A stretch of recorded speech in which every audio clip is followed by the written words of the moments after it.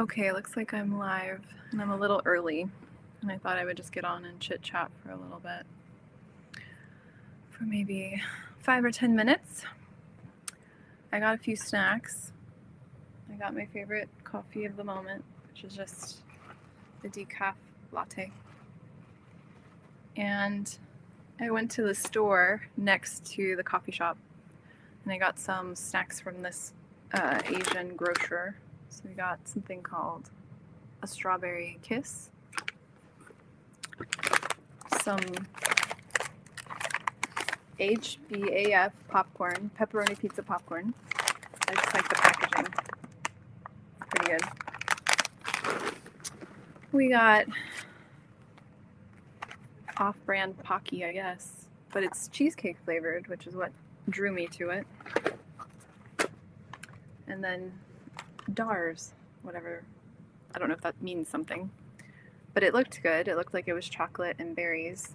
And I'm PMSing. That's why I have all these snacks.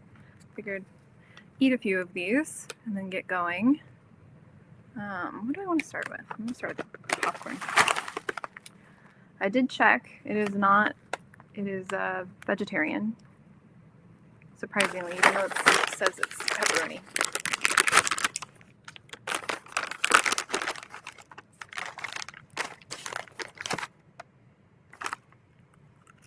Pretty good. Ooh, just tastes like tomato. That's kind of weird. It's a little bit, it's a little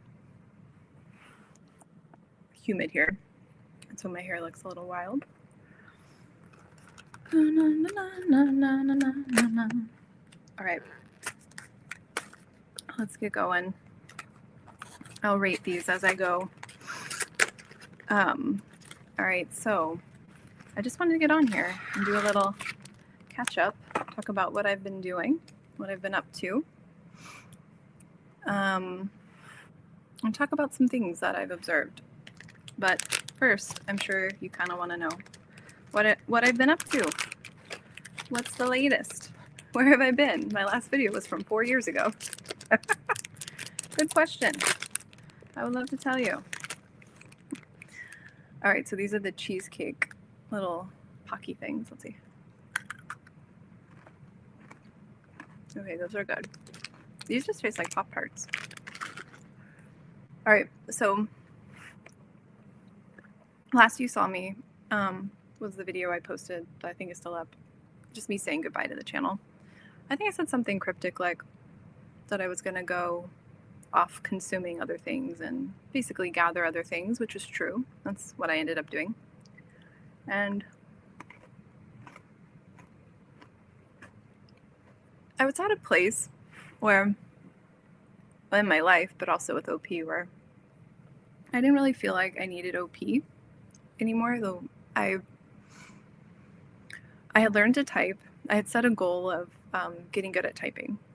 And the goal was I needed to type 5 people in a row, the same as Dave and Shan. And then once I hit that goal, I kind of just lost interest. I had lost interest maybe a little bit before that, but you know, I like to finish things.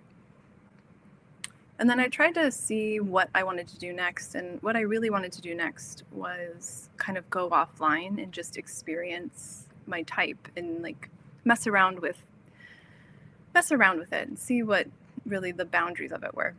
So that's what I've been doing. And I think I tried for a while to stay on my channel for like 6 months and interview people, but I just wasn't really that interested in it at the time. So I was like, all right, I'll just leave my channel behind. Hence the goodbye video. But I did go and just do a bunch of OE.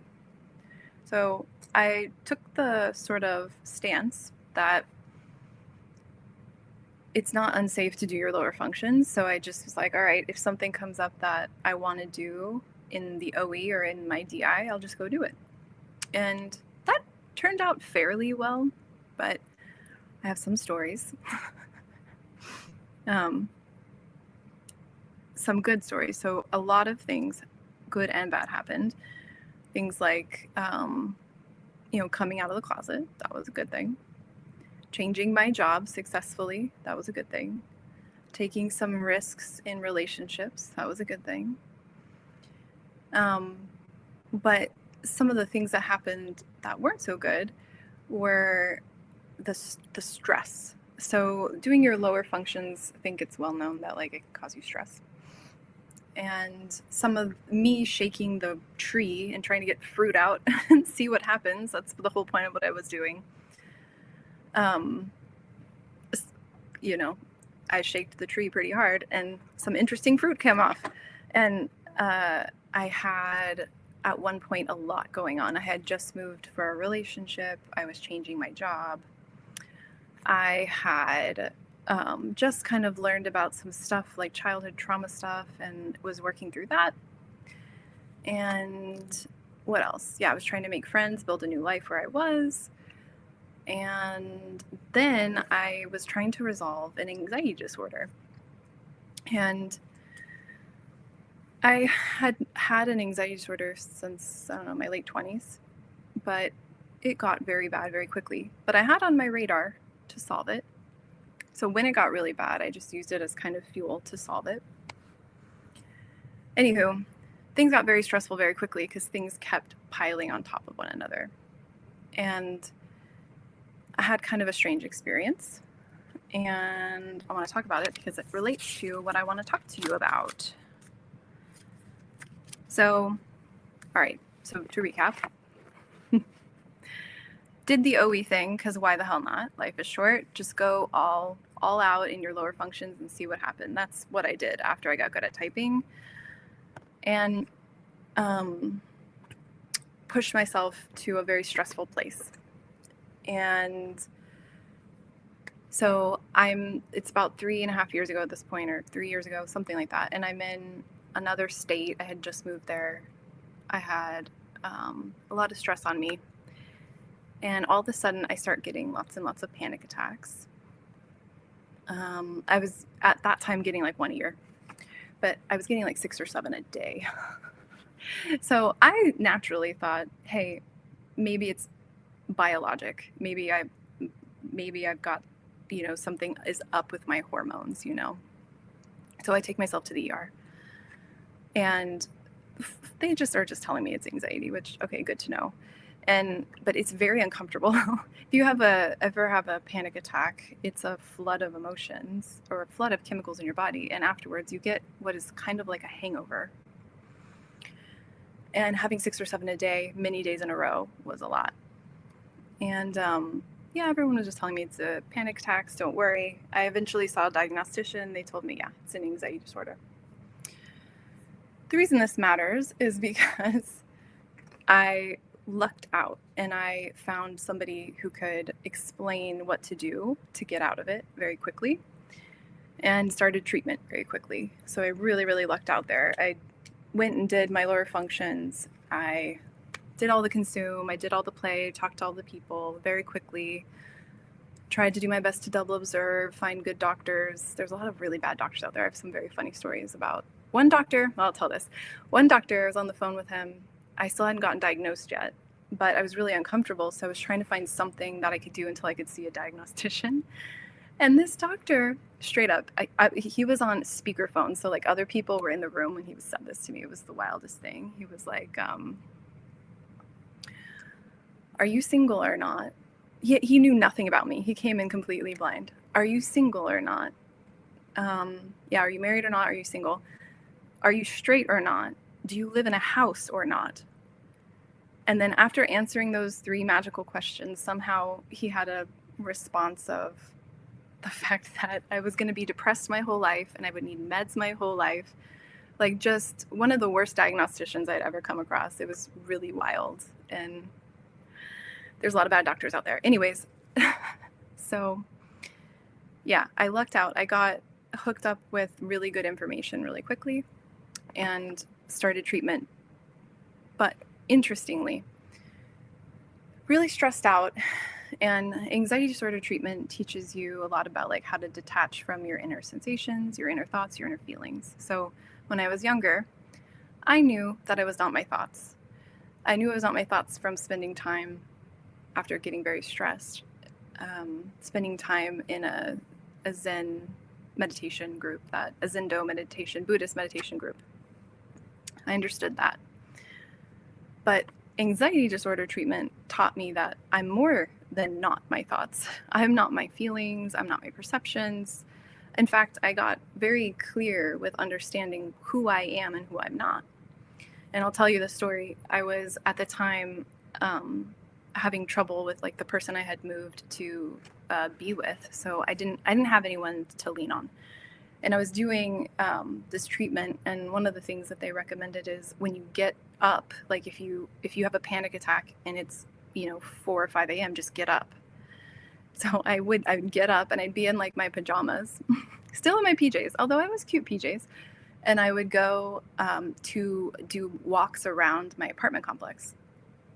And this one morning, I still remember it. For some reason, it's like burned into my brain. I turned the corner to go around the other side of the block, and there's this bench that faced the back of the HEB, because I was in Texas, which, by the way, HEB is just like a normal grocery store. Why is everyone so hyped about it? I don't know. But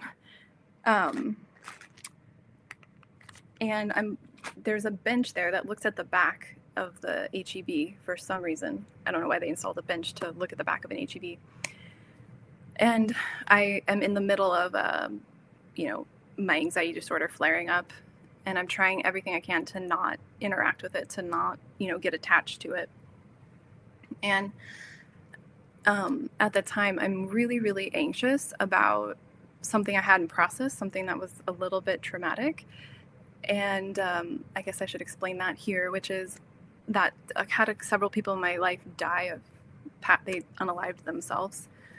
And I hadn't really emotionally processed it.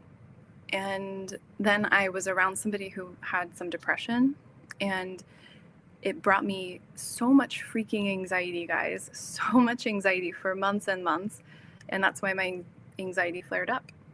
So for months and months, I was terrified that I was going to say or do the wrong thing around someone who's depressed. And that made my anxiety disorder terrible. And I didn't know how bad it could get until it got that bad. But anyways, so I'm turning the corner. When you have an anxiety disorder, you're doing a lot of checking. You're trying to see how you feel, if everything's okay, because anxiety disorders they just thrive on uncertainty. And you're trying to get certainty any way you can because you're trying to feel better. And I turn the corner, I'm looking at this bench, and I can feel the habitual part of myself going, what are you really okay with doing this? And what this is I had learned kind of the limits of like where it's okay and not okay to like intervene in someone's life if they're sad, if they're depressed. And it felt bad to me to like not intervene in some ways. It felt like I was doing something bad or harming them, but I wasn't. But my anxiety was like, do anything you can so that they don't pass away. Anyways, so I turn the corner and my brain is screaming. And I'm like, all right, here we go. What's going to pop up now? And it's very cinematic what pops up. And it's the first time that I realized that I'm more than not my thoughts or my feelings. I actually learn about another part of us, which is our perceptions. So we have a part of our brain that's like, I call the soup. I just call it the soup. I don't know what else to call it. But it's the place where you can go if you're going to like practice football. You can practice it on a field, but you can also practice the moves in your head. And this is the part that lets you practice things in your head. And this is the part where you can go, especially if you have anxiety, or if you're trying to like simulate something. This is the part where you go. And I just call it the soup. It's just where everything you've ever, maybe it's just OE, not sure, but it's just where everything exists that you can just grab and reconfigure, you know? They talk about how like in dreams, you can't see a face that you've never seen before. I think it's this part of your brain that's like pulling things you've seen before and reconfiguring it. So I was checking, would I be able to handle this anxiety? And my brain plays a movie. So if you ever listen to Byron Katie, she'll ask, you know, what do you believe, or what's coming up for you about your belief? She'll ask like, what are you seeing? What's the movie playing in your head? I saw the movie and I knew not to interact with it, not to react to it. That's what they tell you to do with anxiety disorder therapy. And so I didn't. And I just watched it, and it was fascinating. It was a woman that I don't know if I've ever seen this woman before. I was like watching it. I couldn't do anything in it. And she had like long black hair, and I knew she was gonna jump off a roof, right? This is anxiety disorder, craziness. And the scene is like very like grays and browns and yellows and oranges. And I know she's gonna jump off this roof and I can't do anything. And I'm like, whoa, this is insane. It felt like I was there, and I could feel, instead of being in it, I could just feel myself watching it. And it was very fascinating. And of course, it's terrifying and sad, but that's how anxiety disorders are. So the interesting part of this is, after that, I started to look at all the things that we are not. And a lot of people start looking at this, learning that you're not your thoughts is good, you're not your feelings, you're not your perceptions. It stacks up eventually to people understanding that you're not your body. And you'll hear people say this, I'm not my body. And along the way, eventually after a few months, the anxiety passed. I got over the hump. And then I did some deeper anxiety disorder treatment. And if anyone wants recommendations, I'm happy to give it to you. But, and now I don't struggle with anxiety disorder at all, which is great. But people will talk about that they're not their body. And that's really important to understand. You're not your thoughts, you're not your feelings, you're not your perceptions, you're not anything that arises inside of your body. But many people are really attached to it. And when I started considering this, I started thinking about how this relates to type and personality, and how we are not our personalities. So what does that mean, And I had kind of left OP again. I kind of got burned out, disinterested in it. I'm still kind of disinterested in it, to be honest. I didn't really even want to make this video, but I felt called to. So I'm listening to myself here. And I lost my train of thought. Yeah, we are not our body, we're not our personality, yeah. And so I wanted to talk about it because I used to be in the community, and I used to know people in this community, and I've observed a lot of people getting really, really stuck. They'll learn type, and then they don't know what else to do. They don't know what to do next. And I have felt guilty for a while about the fact that I had these videos helping people learn to type. My channel was basically just, for a couple of years, it was just me making videos about people who were typed every week so that we could get better at it together. And I realized at some point that everyone was going to learn to type, but they weren't going to learn how to actually use their personality, the information. They were going to actually learn how to use the information of their type. They had really good information about how to type, but then nothing about how to do anything with that information. And that made me feel really guilty because it really, I've had many times where I've gotten a diagnosis or even a misdiagnosis, and I understand the frustration of knowing that you have something that needs to be tended to, but have nothing to tend to it with. And I think the general advice that most people give is just do more of your lower functions, or go listen to someone who solved your problem, which that is better advice than just do more of your lower functions. So there's always been just a tiny bit of a flame in me, trying to figure it out, even though I kind of separated myself from the community. And, in the background, I've been doing lots of other random stuff. And sometimes I come across something that helps unlock something for this question that's been kind of in the back of my consciousness. So when I had an anxiety disorder, the reason I lucked out so much was that I found somebody who could pull me out of incompetence with, dealing with my anxiety disorder into competence. And also, I wanted to be pulled out of incompetence. I wanted to be pulled into competence. I had already decided long ago, probably 2 years before my anxiety actually flared up, that I wanted to solve it. I wanted to know the answer. And so the answers were coming to me. They were being attracted to me, which I lucked out in that way. And the main guy I listened to, he pulled me up to competence. And I feel really, really lucky. And I want to talk about this because this concept is really important, and it has to do with what I'm trying to get at with objective personality, or what I think I've figured out with objective personality. And if I figured it out, I'd like to give it to you guys. So when you're trying to learn something, there's 4 different levels. And I've seen these 4 different levels be laid out in a couple of different ways across a couple of different resources. One is, you've probably heard the unconscious competence scale. So we'll use that language, but I might also mix in language from something called the Fourth Way, which is a non-theistic spiritual system. And so you might hear me say a little bit of both, but they are both saying the same thing.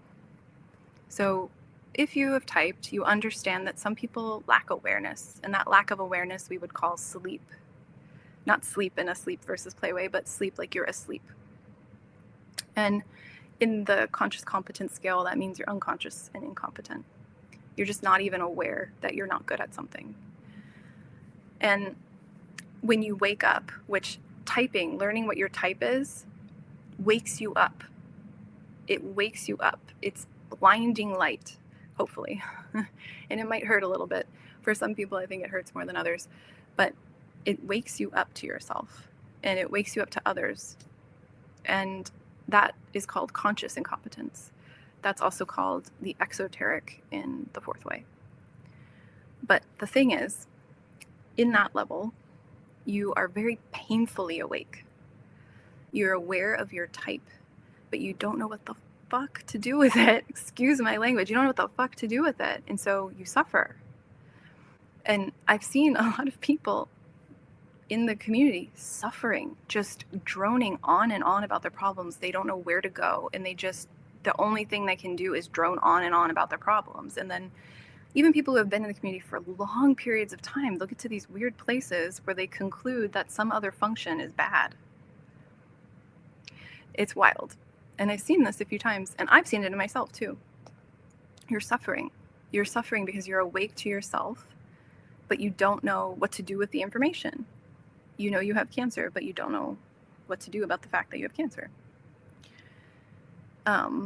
So this is called the exoteric. So this would be like me before my anxiety got really, really bad, and I was just doing random stuff I could find off YouTube. I was like, okay, I'll do this weird, I'll do a yoga stand on my head, and then I'll get rid of my anxiety. That's how it works, right? No, that's not how it works. Conscious incompetence. I'm just trying random shit and hoping something sticks. And when you're in that level, the way you deal with the suffering is you band together in groups, or you believe things that are not true, just to give your brain a break from the black and white like duality that you might be experiencing of, am I doing this side of the coin too much or this side of the coin too much? Or whatever it is that you're experiencing because you've woken up. And the only way you can get out of that is if you happen upon something that pulls you into competence. And that for me was that guy who pulled me into competence about how to deal with anxiety. But I had to want that. Sometimes people like their beliefs and they like their groups inside the exoteric or inside the conscious incompetent group. Some people, they find it so painful that they go back into denial, and they will say something like, OP isn't real. And I could see that when people learn to type, they would get conscious competence sort of coaching on how to type. But learning their type left them at the conscious incompetent level. And that there was just a lot of suffering, a lot of people staring at their navel, all of that kind of stuff. So to bring this away from typing, imagine you're like a little kid And when I was a little kid, I would do this all the time. I didn't know exactly what was food and what wasn't food. Just things that looked like food I would eat, or tasted or smelled like food I would eat. I was consciously incompetent. So once when I was 2, I think I drank a whole bottle of cough syrup because it tasted like candy. I just thought it was candy, I'm sure. No one taught me yet what medicine was, and that sometimes medicine tastes like food. I was incompetent, you know? And so until someone explained that to me, I probably would have just kept drinking cough syrup thinking it was candy. Luckily, someone noticed that, took me to the hospital, pumped my stomach. And that's what we do for each other. When you know something, when you're competent in something, you can pull someone up out of conscious incompetence if they're ready to let go of their beliefs and they're ready to let go of their tribe alliances, you know? And I've been looking for, is there somebody out there who's talking about this? I thought for sure someone out there would start figuring out how to communicate this to people, how to actually balance your coins, because it's not doing more of your lower functions, at least that from what I can see.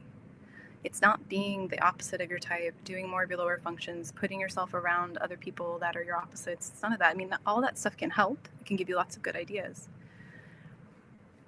And I would know because I'm typically working with or dating people who are my opposites, and really, it is very entertaining, but it didn't bring me anywhere closer to competence because they're also lost. They're also doing one side of the coin. So conscious competence, it tells you basically what to do, how to get to this end goal. And I think I might have figured something out because I've been kind of living in an alliance with what I think might be the sort of coin breaker between two sides of a coin, and the information that might bring people out of conscious incompetence into conscious competence for how to bridge this for them if they're in OP. But the thing is, it's really only something that I use on myself. And I feel like it would be very irresponsible of me, one, to say nothing, because I'm worried, all of the people that I used to love and spend time with might still be stuck in this, what I know is suffering. But I'm also concerned because I don't know if I'm right. I really don't know if I'm right. I could be completely wrong. I could just be making this up. It could be something that works for me and no one else.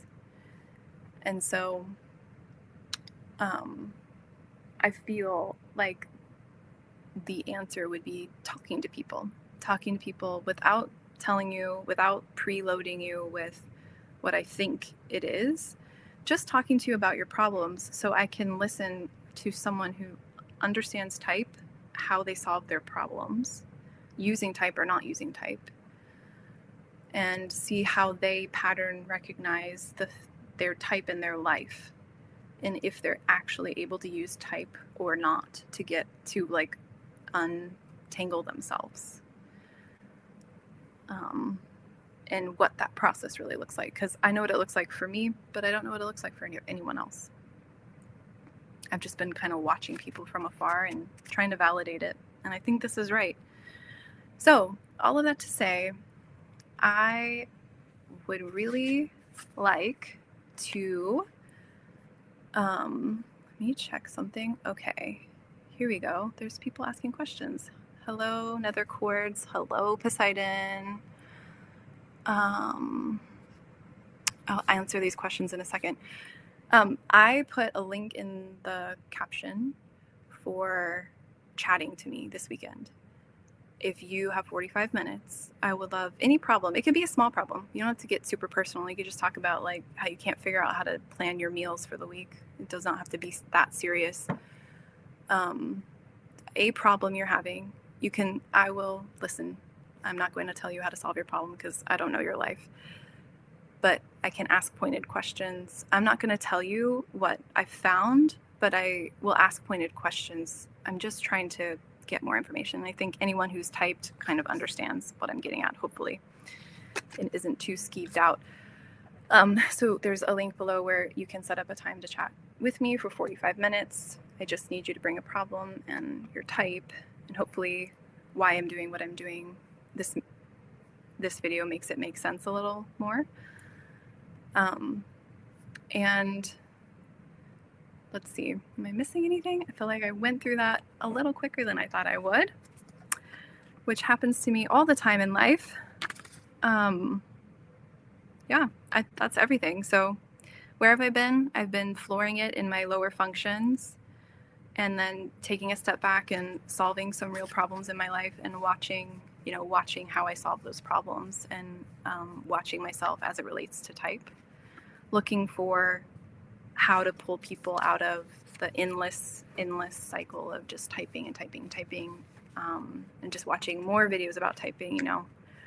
I think there's like a little high we all get when we're like, ooh, another person got typed, and what's the latest drama? But like, you're not actually moving forward in your life, and I really want for you to move forward, and that's what I really wanted for myself. That's why I've been thinking about all this stuff. So I don't know if I touched on this in this 4-layer model of consciousness, but in that 3rd layer where you're doing conscious competence work, you do eventually get to an unconscious competence work or level where you're a master at something. So I'm a master, just like when I was a kid. I didn't know that cough syrup wasn't food. I am now a master at that, guys. I will not drink cough syrup. Thank God. I do not mistake that for food. But there are more complicated things to learn and master, and type is one of them. In that level of conscious competence, when you're doing this work, you're effortfully awake. The level below it is you're painfully awake. That's what suffering is. So what you get to trade your suffering for understanding, but you have to let go of your attachment to groups and your beliefs. And you have to expend energy, because now that you understand, you actually have to do the work to get good at it. So it's not always fun and games, but at least you're not suffering. And that level in the 4th way is called mesoteric. In that conscious competence model, just called conscious competence. But yeah, I would really like to talk to you. I have, I think, 8 hours open this weekend. Let's do it. And then let me say hello to everyone. So yeah, Nether Quartz. I'm not sure if I've met you before, but it's nice to see you. Poseidon, that's Danny, right? Hi, Danny. You asked, interesting how your masculine FE focused on the other depressed person more when they were around. Wait. Interesting how your masculine FE focused on the other depressed person more when they were around. I think I understand what you're saying. You're asking, was I focused on the depressed person more than myself when they were around? Yes, I was. The dragon's neck, sorry, I did start early because I was doing, you guys, I didn't even eat all my snacks. I'll have to eat the last few and tell you how they are. I was doing I bought some snacks and I was unboxing them and trying them. So sorry about that. The dragon's neck. I don't know if we met each other, but it's nice to see you. Yes, it is very nuanced. Glad to see you agree, Danny. The dragon's neck said, I learned a lot about how we are not our thoughts and emotions as well. I kind of went on a similar path after I felt done with OPS. I'm really glad to hear that. I think it would be helpful if more people talked about that. Because there's really only one social space. And to say more on that, I went through that hard time with my anxiety disorder, and I tried to talk to my OP friends, and they really struggled to conceptualize that my problem was maybe not an OP problem. And they just kept sending me this video that I think Dave made about how people with SI get anxiety. And for a while I thought it was true. I was like, oh, maybe people with SI really do get anxiety. The problem was when I actually did go do the research and I sat in the support groups and I listened to the people who were struggling with it, it was literally everyone, quite literally. EJs, IPs, skibs, douchebags. God, I hate all those names. I don't like those names. Anyways, so it was disheartening to me that everything kept being brought to type because it didn't feel like there was a lot of critical thinking going on. not to say anything bad there about people, but that was my experience. It's part of the reason why I had to like step away from everybody. And I don't really keep in touch with too many people in OP, but I try to say hello every once in a while. So I do remember all you guys. And yeah, I do feel a pretty strong sense of responsibility to help you close the loop if I can. I just don't want to give bad information out. So yes, I'm wondering if anyone, I'll stick around for a minute and see if anyone else has more questions. I'm going to try, I went to an Asian grocer and got some stuff. This is Dars. It's like a chocolate berry thing. See if it's any good. It probably will be pretty good. I tried something that actually was really good. This Pretz. It's like a Pocky that is cheesecake flavored, and it tastes like Pop-Tarts. It's really good. It's really good. All right, so let's try a Dars, whatever Dars means.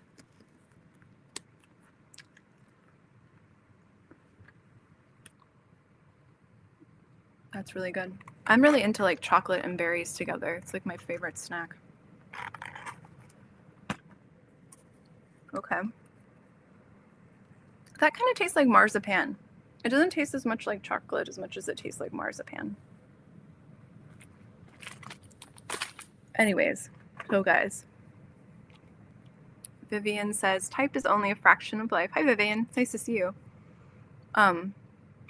Helpful at a larger scale in knowing patterns of how someone might respond in a casual level, but would never actually be helpful when something is beyond that. Yeah, I agree with that. Yeah, I do agree with that. It's sort of like that. It's like you do get stuck in like little observer things or little decider things. So categorically, you are stuck in that larger category.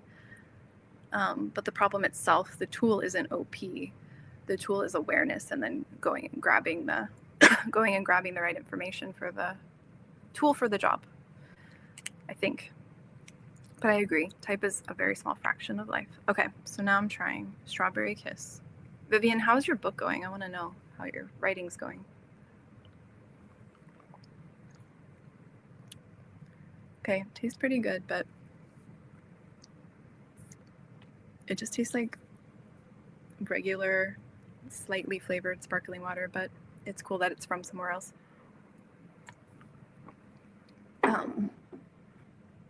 Anyways,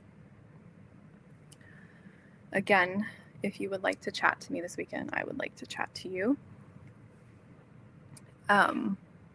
This weekend, Calendly link below.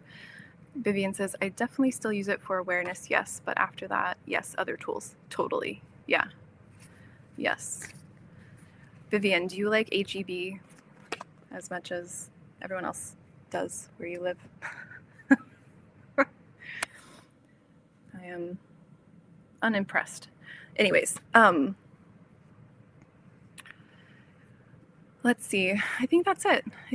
I'd like to stay on and chat more, but I also don't want to waste anyone else's time. So you can rewatch from the beginning. Sorry, I did start like 5 or 10 minutes early. My bad. Yeah, I hope I get to talk to you. And if I find out anything that I think would really be useful, I will share it.